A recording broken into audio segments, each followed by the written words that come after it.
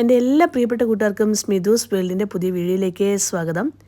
ഇന്ന് dates carrot കേക്കിൻ്റെ recipe കേട്ടോ. ബേക്കിംഗ് പഠിച്ചിട്ടില്ലാത്തവർക്കും അതുപോലെ തന്നെ കേക്കൊക്കെ തയ്യാറാക്കാൻ ഇഷ്ടമുള്ളവർക്കും വേണ്ടിയുള്ള നല്ലൊരു വീഡിയോ തന്നെയാണ്.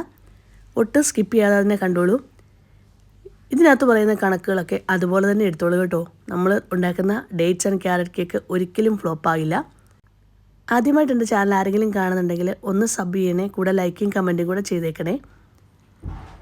നമുക്ക് ഈ ഒരു ഡേറ്റ്സ് ആൻഡ് കേക്ക് റെസിപ്പിക്കായിട്ട് ആദ്യം വേണ്ടത് 1 കപ്പ് കുരു കളഞ്ഞെടുത്ത ഡേറ്റ്സ് ആണ്. ചെറുതാക്കി ഞാൻ എടുത്തിട്ടുണ്ട്. ഇത് നമുക്കൊരു പാത്രത്തിലേക്ക് ഇട്ട് കൊടുക്കാം. ഇതിലേക്ക് ഒരു 1/4 കപ്പ് മാത്രം വെള്ളം ഒഴിച്ചു കൊടുത്ത് നമുക്കിതിനെ ഒന്ന് വേവിച്ചെടുക്കാവുന്നതാണേ. ഡേറ്റ്സ് വെന്തും കിട്ടണം, ആ വെള്ളമെല്ലാം ഒന്ന് ഡ്രൈ ആയും കിട്ടണം. എന്നിട്ട് മാത്രമേ തീ ഓഫ് ചെയ്യാവൂ. അങ്ങനെ ഡേറ്റ്സ് ഒക്കെ നന്നായിട്ട് വെന്ത് ആ വെള്ളമൊക്കെ ഡ്രൈ ആയി വന്നിട്ടുണ്ട്. ഇനി നമുക്ക് ഇത് ഈ ഒരു പാലിൽ നിന്ന് മാറ്റാവുന്നതാണ്. അത് കഴിഞ്ഞ ശേഷം നമുക്കിനിയും തയ്യാറാക്കേണ്ടത് ക്യാരമൽ സിറപ്പാണ്. അതിനായിട്ട് 1/2 കപ്പ് പഞ്ചസാരയാണ് ഞാൻ എടുത്തിരിക്കുന്നത്. ഇനിയും ഈ ഒരു പഞ്ചസാര നമുക്കൊന്ന് ഉരുക്കിയെടുക്കാം. ഗോൾഡൻ ബ്രൗൺ കളർ ആകുന്നിടം വരെ ഇതിനെ നമുക്ക് മെൽറ്റ് ചെയ്തെടുക്കാവുന്നതാണ്. പഞ്ചസാര നമ്മൾ ക്യാരമൽ സിറപ്പ് ആകുമ്പോൾ ആദ്യം ഇതൊന്ന് കട്ടിയാകും കേട്ടോ. അത് കഴിഞ്ഞ ശേഷമാണ് ഉരുകി തുടങ്ങുന്നത്.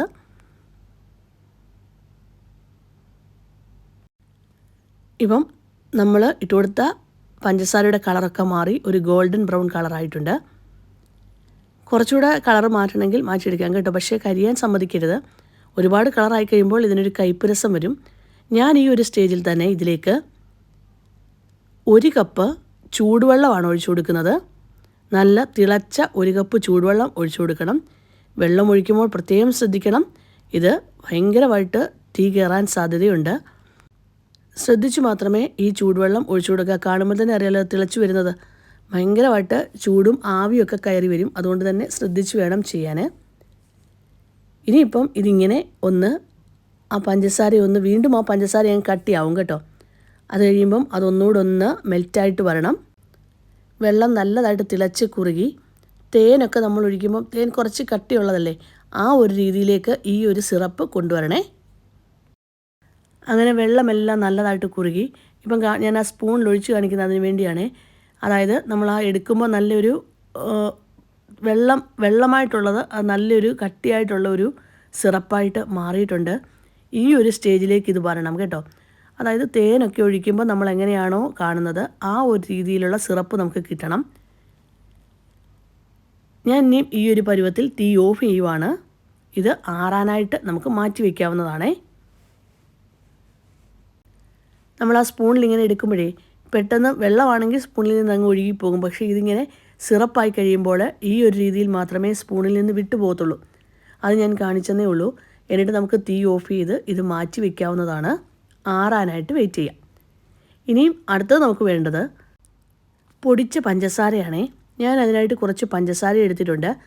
ഇതിലേക്ക് ഒരു ചെറിയ കഷ്ണം കറുവപ്പട്ട ഇട്ട് കൊടുത്തു. പൊടിച്ച പഞ്ചസാര ഒരു 1/4 കപ്പ് വേണം കേട്ടോ. അത് ഞാൻ മാറ്റി വെച്ചു. ഇനി നമുക്ക് കേക്കിന് ആവശ്യമായിട്ടുള്ള പൊടിയാണ് എടുത്തിരിക്കുന്നത്. 1 കപ്പ് മൈദ നന്നായിട്ട് അരിച്ചെടുക്കണേ. അതായത് നമ്മൾ അരിപ്പയിൽ വെച്ച് നല്ല 1-2 വട്ടം ഒന്ന് അരിച്ചെടുക്കുക. അതിനകത്ത് കട്ട വല്ലതും ഉണ്ടെങ്കിൽ പോകാൻ വേണ്ടിയാണ്. ഇതിലേക്ക് 1/2 ടീസ്പൂൺ ബേക്കിംഗ് സോഡയും 1/2 ടീസ്പൂൺ ബേക്കിംഗ് പൗഡറും കൂടാണ് ഞാൻ ചേർത്ത് കൊടുക്കുന്നത്. എന്നിട്ട് ഒന്നുകൂടെ ഒന്ന് അരിച്ചെടുക്കുക, അല്ലെങ്കിൽ ഇങ്ങനെ നന്നായിട്ടൊന്ന് മിക്സ് ചെയ്തെടുക്കുക. ഞാനിപ്പോൾ വീണ്ടും അരിപ്പയിലിട്ട് അരിച്ചെടുക്കുന്നില്ല. ഈ സ്പൂൺ വെച്ച് തന്നെ നല്ലതായിട്ടൊന്ന് യോജിപ്പിച്ചെടുത്തിട്ടുണ്ട്. ഇനി നമുക്ക് ഈ ഒരു സമയത്ത് അവനൊന്ന് പ്രീഹീറ്റ് ചെയ്യണം. ഞാൻ ഓരോ അവനകത്തും ഓരോ സമയവും ഡിഗ്രി സെൽഷ്യസും ആയിരിക്കും. എനിക്ക് 170 ഡിഗ്രി സെൽഷ്യസ് ആണ് വെച്ചിരിക്കുന്നത്. ആ സെയിം ഡിഗ്രി സെൽഷ്യസിൽ 10 മിനിറ്റ് നേരം പ്രീഹീറ്റ് ചെയ്യാൻ വെക്കണം. ഓരോ അവനും ഓരോ സമയവും അതനുസരിച്ച് സെറ്റ് ചെയ്ത് വെക്കുക. ഡിഗ്രി സെൽഷ്യസ് വ്യത്യാസമായിരിക്കും. പക്ഷേ സമയം 10 മിനിറ്റ് മാത്രം പ്രീഹീറ്റ് ചെയ്യാൻ വേണ്ടി വെച്ചാൽ മതി കേട്ടോ. എന്നിട്ട് ഞാൻ അതിനുള്ള ട്രേയും ശരിയാക്കി എടുക്കുകയാണ്. ഒരു ട്രേ എടുത്തു. അതിലേക്ക് എണ്ണയാണ് ഒഴിച്ചു കൊടുത്തിരിക്കുന്നത്. എണ്ണയോ ബട്ടറോ എന്ത് വേണമെങ്കിലും നമുക്കൊന്ന് ഒഴിച്ചു കൊടുക്കാം. ശകലം മാത്രം ഒഴിച്ചു കൊടുക്കുക. എന്നിട്ട് എല്ലാ സൈഡിലും ഒന്ന് തൂത്തെടുക്കുക. ഇതിലേക്ക് ബട്ടർ പേപ്പറും കൂടെ ഇട്ട് കൊടുക്കുക. നമുക്ക് കടകളിലൊക്കെ വാങ്ങിക്കാൻ കിട്ടും ഈ ഒരു പേപ്പർ. ഇനിയും വാങ്ങിക്കാൻ കിട്ടിയില്ല എന്നുണ്ടെങ്കിൽ നമുക്ക് സാധാരണ കനം കുറഞ്ഞ ഒരു പേപ്പർ എടുക്കണം, വൈറ്റ് പേപ്പർ എടുക്കണം. അതിൻ്റെ അകത്തും പുറത്തും ഓയിൽ പുരട്ടിക്കഴിഞ്ഞാൽ അത് നല്ല ട്രാൻസ്പാരൻ്റ് ആകും. അങ്ങനെ വേണമെങ്കിൽ നമുക്ക് ഉപയോഗിക്കാവുന്നതാണ് കേട്ടോ. ഞാനിപ്പം ബട്ടർ പേപ്പർ എടുത്തിട്ടുണ്ട്. എന്നിട്ട് ഈ ബട്ടർ പേപ്പറിന് അകവശം കൂടെ ഞാൻ ഒരു ശകലം ഓയിൽ പുരട്ടി കൊടുക്കുന്നുണ്ട്. ഇതെന്നിട്ട് നമുക്ക് മാറ്റി വയ്ക്കാവുന്നതാണ്. ഇത്രയും ചെയ്ത് കഴിഞ്ഞാൽ നമുക്ക് കേക്ക് തയ്യാറാക്കാൻ തുടങ്ങാം. നമ്മൾ എടുക്കുന്ന ഈ ഒരു പൊടികളായാലും എന്തെടുത്താലും, കേക്കിന് വേണ്ടി എന്തെടുത്താലും അത് റൂം ടെമ്പറേച്ചറിൽ വേണം എടുക്കാൻ. ഇപ്പോൾ മുട്ടയൊക്കെ ഫ്രിഡ്ജിൽ ഇരിക്കുവാണെങ്കിൽ അത് കുറച്ച് നേരത്തെ തന്നെ എടുത്ത് വെളിയിൽ വെക്കണം. അങ്ങനെ ചെയ്തിട്ട് മാത്രമേ കേക്ക് തയ്യാറാക്കാൻ തുടങ്ങാവൂ. ഞാനിപ്പോൾ ഈ ഒരു ബൗളിലേക്ക് 2 കോഴിമുട്ടയാണ് എടുത്തിരിക്കുന്നത്. ഇത് നമുക്ക് നന്നായിട്ടൊന്ന് അടിച്ചെടുക്കാവുന്നതാണ്. ബീറ്റർ വെച്ച് നന്നായിട്ടൊന്ന് ബീറ്റ് ചെയ്തെടുക്കാം.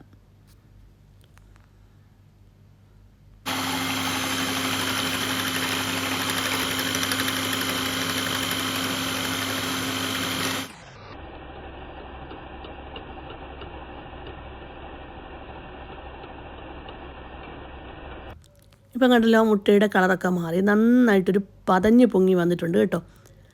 ഈ ഒരു സമയത്ത് നമ്മൾ എടുത്തു വെച്ചിരിക്കുന്ന പൊടിച്ച പഞ്ചസാര ഉണ്ടല്ലോ, 3/4 കപ്പ്, അത് ഇതിലേക്ക് ഇട്ട് കൊടുത്ത് വീണ്ടും നമുക്ക് നന്നായിട്ട് ബീറ്റ് ചെയ്തെടുക്കാവുന്നതാണ്.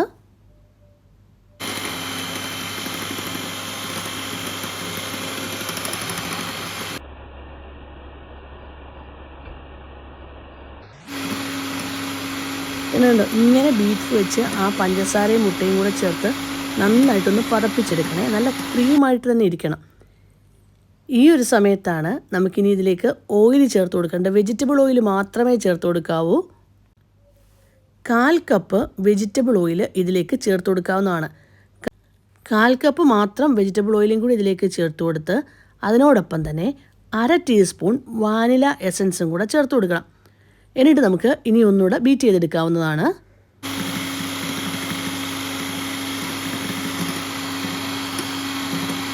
നമ്മൾ ബീറ്റ് ചെയ്യുമ്പോൾ പ്രത്യേകം ശ്രദ്ധിച്ചോണം.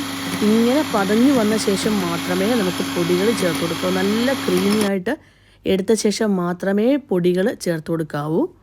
കുറച്ച് സമയം എടുത്ത് ചെയ്യേണ്ട കാര്യങ്ങളാണ് കേട്ടോ. നമ്മൾ എളുപ്പം ചെയ്യാമെന്ന് കണ്ടു കഴിഞ്ഞാൽ നടക്കില്ല, കുറച്ച് സമയം എടുക്കണം.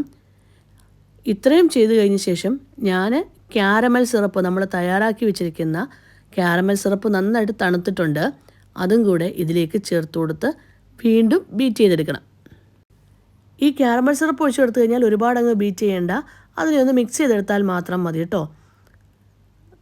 ഒന്ന് മിക്സ് ചെയ്തെടുത്ത കഴിഞ്ഞ ശേഷം നമുക്കിനി അങ്ങ് ബീറ്റർ അങ്ങ് മാറ്റി വയ്ക്കാം. ഇനി ബീറ്ററിൻ്റെ ആവശ്യം നമുക്കില്ല.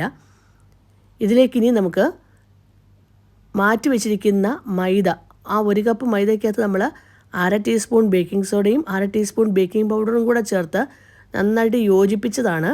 അത് ഇതിലേക്ക് കുറേശ്ശെയായിട്ട് ചേർത്ത് കൊടുക്കണേ. നമുക്കറിയാലോ, കേക്ക് തയ്യാറാക്കുമ്പോൾ എല്ലാവരും പറയുന്നതാണ് കുറേശ്ശെയായിട്ട് ഇതിലേക്ക് ചേർത്ത് കൊടുക്കുക. എന്നിട്ട് കട്ട് ആൻഡ് ഫോൾഡ്, അതായത് ഇനി നമുക്ക് ഒരുപാടിട്ട് ഇതിനെ മിക്സ് ചെയ്യരുത്. നല്ല സോഫ്റ്റായിട്ട് മിക്സ് ചെയ്തെടുക്കുക.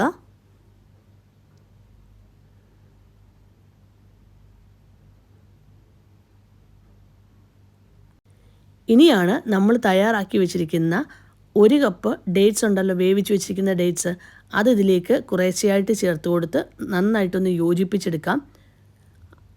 ഡേറ്റ്സ് യോജിപ്പിച്ച് കഴിഞ്ഞിട്ട് വേണമെങ്കിൽ ക്യാരറ്റ് ഇട്ട് കൊടുത്താൽ മതി. പക്ഷേ ഞാനിപ്പം ഡേറ്റ്സും ക്യാരറ്റും കൂടെ ഒരുമിച്ച് തന്നെയാണ് ചേർത്ത് കൊടുക്കുന്നത്. ഇതിലേക്ക് 1 കപ്പ് ക്യാരറ്റ് ചോപ്പറിൽ വെച്ച് നന്നായിട്ട് ചോപ്പ് ചെയ്തെടുത്താണ് ഇതിലേക്ക് ഇട്ട് കൊടുത്തിരിക്കുന്നത്. അപ്പോൾ 1 കപ്പ് ഡേറ്റ്സും 1 കപ്പ് ക്യാരറ്റുമാണ് ഇട്ട് കൊടുത്തിരിക്കുന്നത്. ഞാൻ പറഞ്ഞു, ഡേറ്റ്സ് ആദ്യം ചേർത്ത് കൊടുത്ത് എന്നിട്ട് നല്ലതായിട്ടൊന്ന് യോജിപ്പിച്ച ശേഷം മാത്രം ക്യാരറ്റ് ചേർത്ത് കൊടുത്താൽ മതി. ഇല്ലെങ്കിൽ യോജിപ്പിച്ചെടുക്കാൻ കുറച്ച് പാടാണ്. ഞാനിപ്പോൾ രണ്ടും കൂടെ ഒരുമിച്ചിട്ടാണ് യോജിപ്പിച്ചെടുക്കുന്നത്. കുറേശ്ശെയായിട്ട് ചേർത്ത് കൊടുത്ത് യോജിപ്പിച്ചെടുത്താലും മതി കേട്ടോ. പിന്നെ മിക്സ് ചെയ്യുമ്പോൾ പ്രത്യേകം വീണ്ടും ശ്രദ്ധിച്ചോണം, ഒരുപാട് അതിനെ ഹാർഡായിട്ടിട്ടങ്ങ് മിക്സ് ചെയ്യരുത്. നല്ല സോഫ്റ്റായിട്ട് സമയമെടുത്ത് മാത്രം മിക്സ് ചെയ്ത് എടുക്കുക. ഇതിലേക്ക് ഇനി നമുക്ക് ചേർത്ത് കൊടുക്കാനുള്ളത് കാഷ്യൂനട്ടാണ്. ചെറുതായി നുറുക്കിയെടുത്ത കാഷ്യൂനട്ട് നമുക്ക് ചേർത്ത് കൊടുക്കാം. ഞാൻ വളരെ കുറച്ച് കാഷ്യൂനട്ട് മാത്രമേ എടുത്തിട്ടുള്ളൂ കേട്ടോ. കാഷ്യൂനട്ട് വേണമെങ്കിൽ ഒരു 1/4 കപ്പ് വരെയൊക്കെ ഇട്ട് കൊടുക്കാം. നമുക്ക് ചെറുതായി നുറുക്കി ഇതിലേക്ക് ഇട്ട് കൊടുത്ത് അതും കൂടെ യോജിപ്പിച്ചെടുക്കാവുന്നതാണ്. അങ്ങനെ കേക്കിൻ്റെ മിക്സ് എല്ലാം തയ്യാറായിട്ടുണ്ട് കേട്ടോ.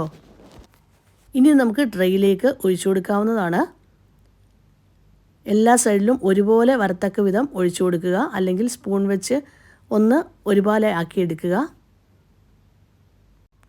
എല്ലാ സൈഡിലും ഒരുപോലെ ഞാൻ കേക്കിൻ്റെ മിക്സ് ഒഴിച്ചു കൊടുത്തിട്ടുണ്ട്. ഇനി നമുക്ക് സാധാരണ ചെയ്യുന്ന പോലെ തന്നെ 2-3 വട്ടം ഇങ്ങനെ ഒന്ന് ടാപ്പ് ചെയ്തെടുക്കാം. അതിനകത്തെ ആ ബബിൾസൊക്കെ ഒന്ന് പോകാൻ വേണ്ടിയാണ് 2-3 വട്ടം ഒന്ന് ടാപ്പ് ചെയ്തെടുക്കാവുന്നതാണ്. അത് കഴിഞ്ഞ് നേരെ നമുക്ക് പ്രീ ഹീറ്റ് ചെയ്ത് വെച്ചിരിക്കുന്ന അവനിലേക്ക് വെക്കാം.